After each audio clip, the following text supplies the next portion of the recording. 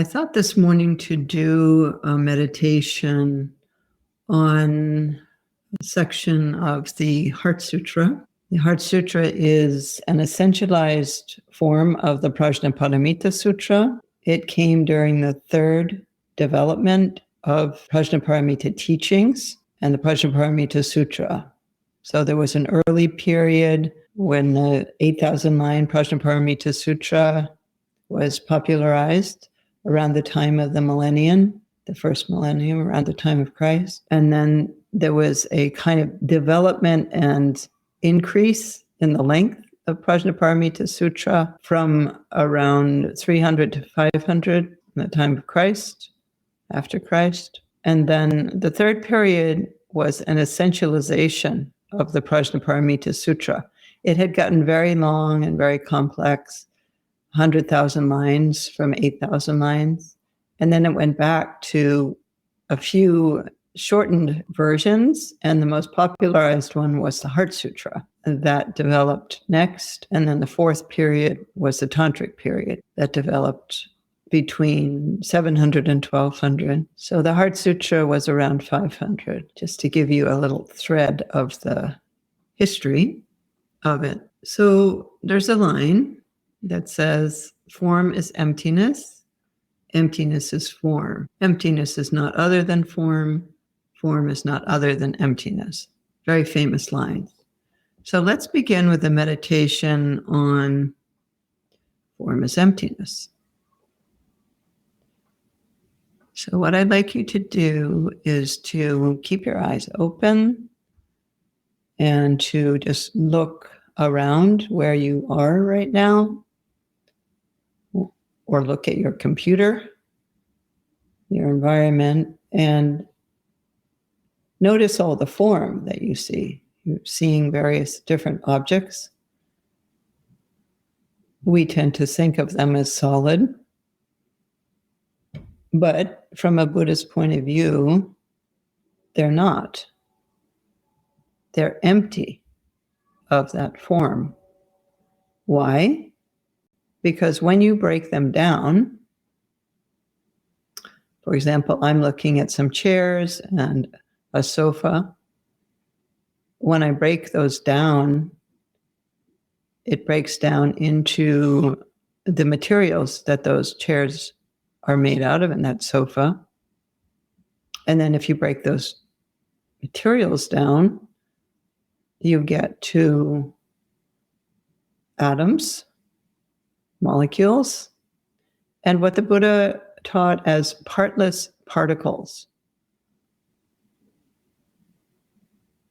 So we know scientifically that when you break those things down, they are partless particles. So let's just meditate for a moment and actually try to experience that. Let go of the name and form that we've given those objects, whatever you're looking at.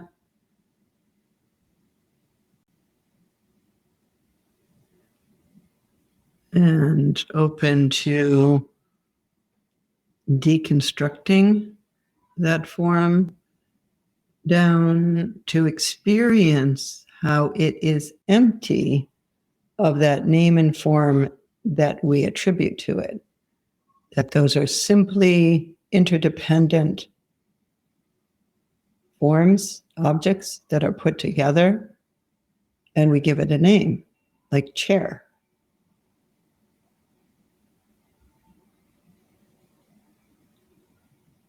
When you break it down to partless particles, then also notice that the partless particles themselves are empty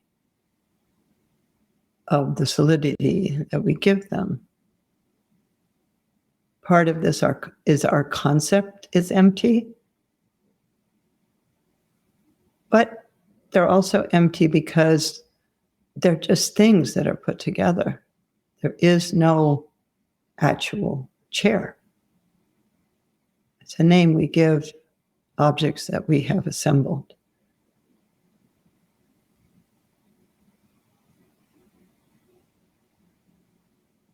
And notice how you feel when you notice that emptiness.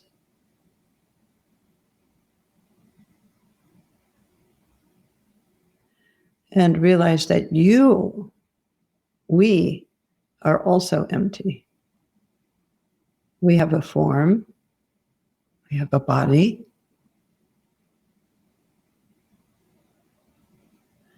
but when we deconstruct that and try to see what is it actually, it's a lot of elements that have been put together that will stay together as long as we're alive, but they're constantly changing.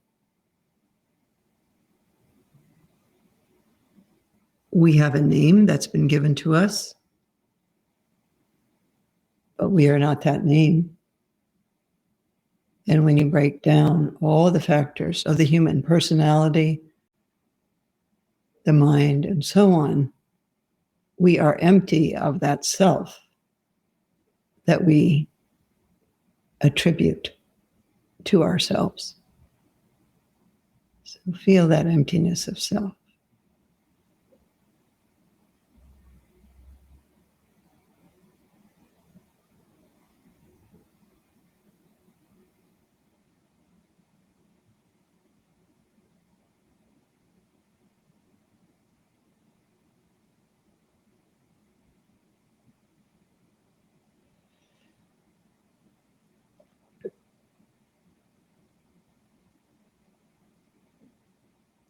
If this becomes frightening for you, don't worry. You can always put it all back together. And just rest in that emptiness. It's quite freeing, actually.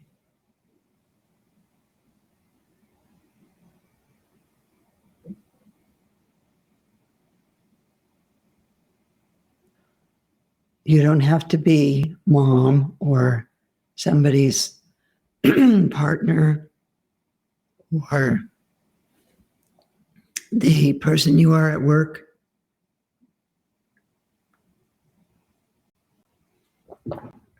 When you break all that down, those are just concepts that people have about you.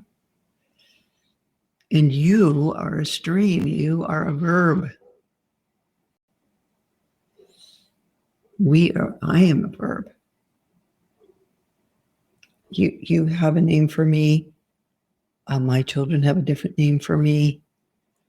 My grandchildren have a different name and experience me differently. So feel that emptiness, self and other.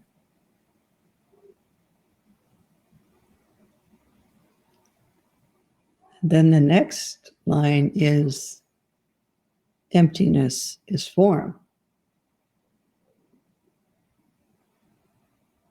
So this is to avoid nihilism. Nihilism is saying that nothing exists because things do exist. There is form. I am sitting here. The chair is there. It's not there the way that we normally think it is. And I'm not here in the way that I normally think I am, or you do. But there is, that emptiness is also form. It's not separate from it.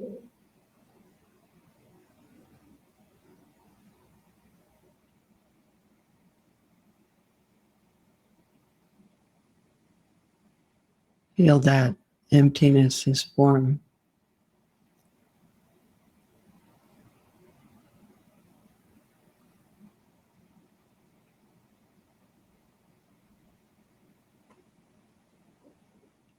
Then the next phrase is, emptiness is not other than form. Emptiness is not other than form. So that is that this emptiness and form are not two things.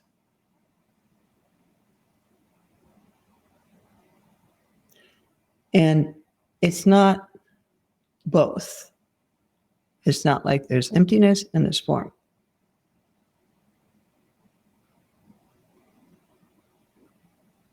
It's not both.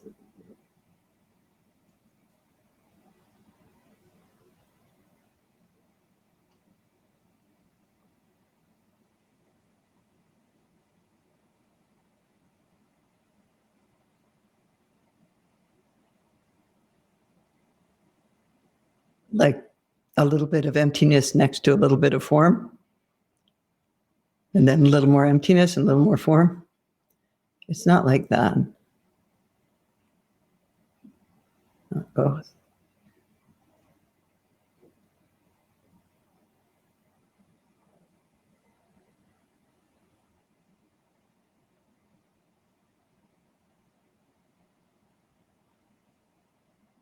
And then form is not other than emptiness. And this is that it's not neither. It's not that there's no form and no emptiness. So it's not both and it's not neither. Neither would be that there actually isn't form and there isn't emptiness. So it's not that either.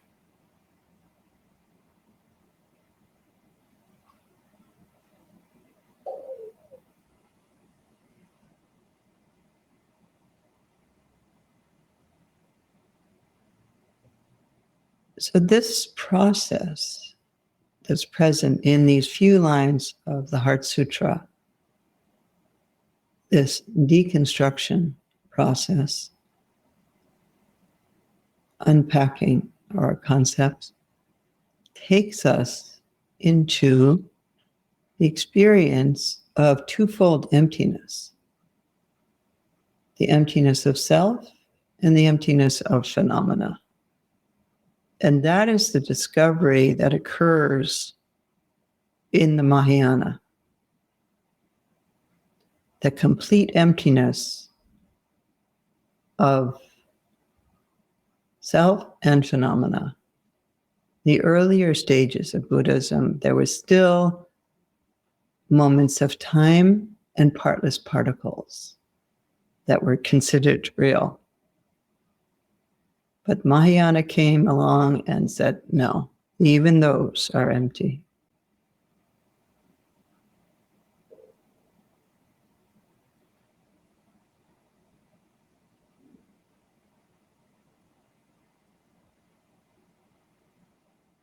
In that experience of emptiness is also a tremendous experience of space, vastness, openness. And you can't get your claws in anywhere. You can't get any ground. It's a feeling of groundlessness. And that is our true condition. It's empty, yet appearing.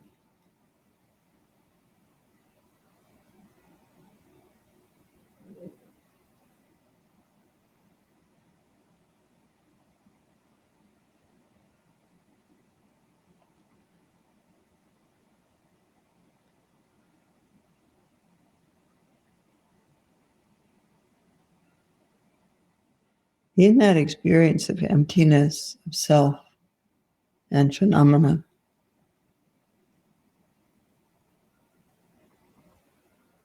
is our truth, our true nature, our Buddha nature. And through that experience of emptiness, genuine compassion can arise. Compassion without reference point. Just love.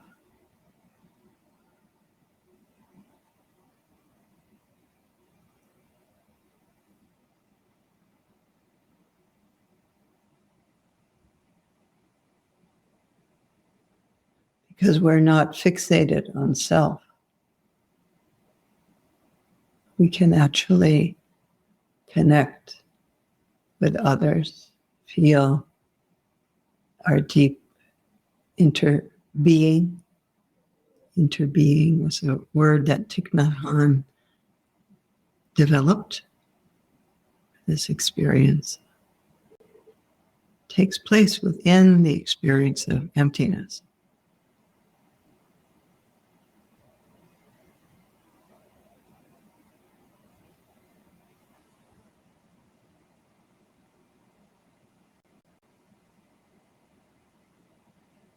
Let yourself just rest there, where your non-self rests.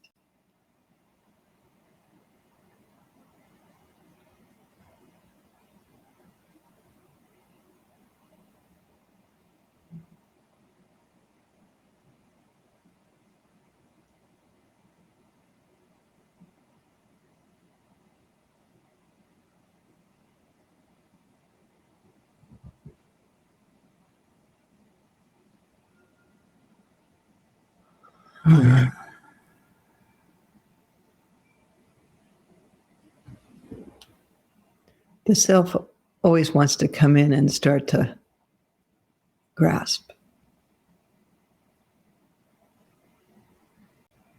So that's why we recite things like the Heart Sutra.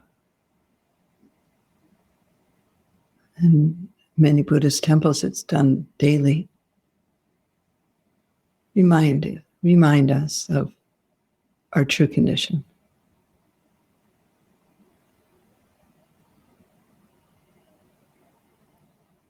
And it's not like this emptiness just came into being right now because you noticed it. It's always there. And that's why the Buddha said, we live in an illusion, because we actually don't live in the accuracy of how things actually are. They actually are empty. We are empty of a solid self. Phenomena is also empty of the solidity, all the attributes that we attribute to it. And there's a Buddhist word that for a long time I didn't really understand it.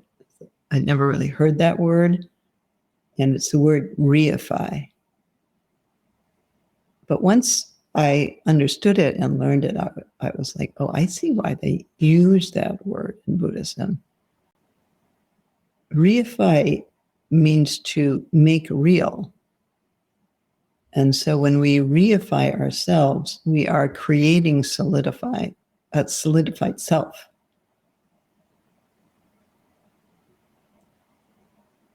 And we're constantly reifying the world. It's an active, I guess you could say, project. It's a full-time job, reifying our existence, making it solid so we can operate in it. And that's why there's absolute and relative truth. Relative truth is, my name's Lama Tsultrim, your name is whatever, you live wherever, I live wherever, I am a mother, I am a grandmother, and so on. That's relative truth. I need to stop at red lights.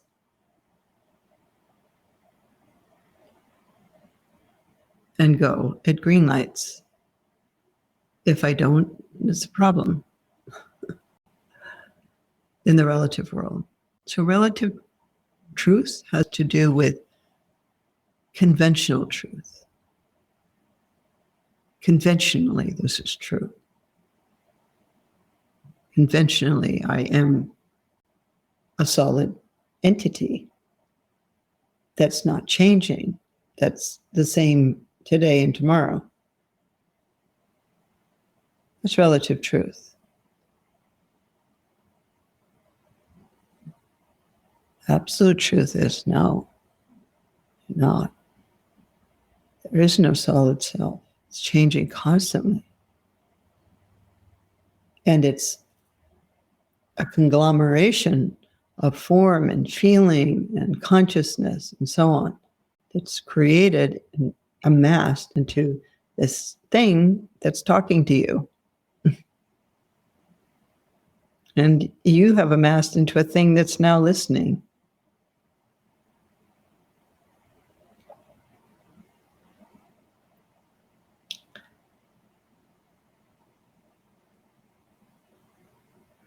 But it's not that it is.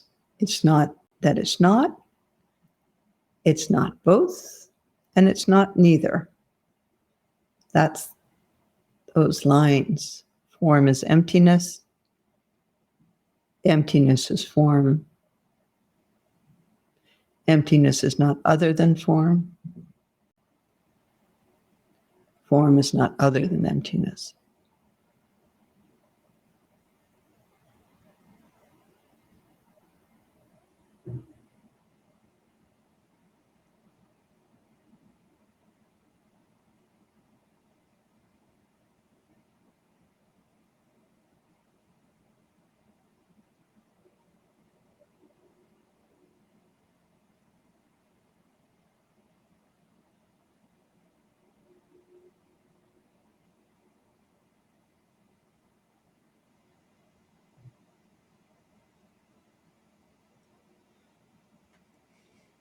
Thank you.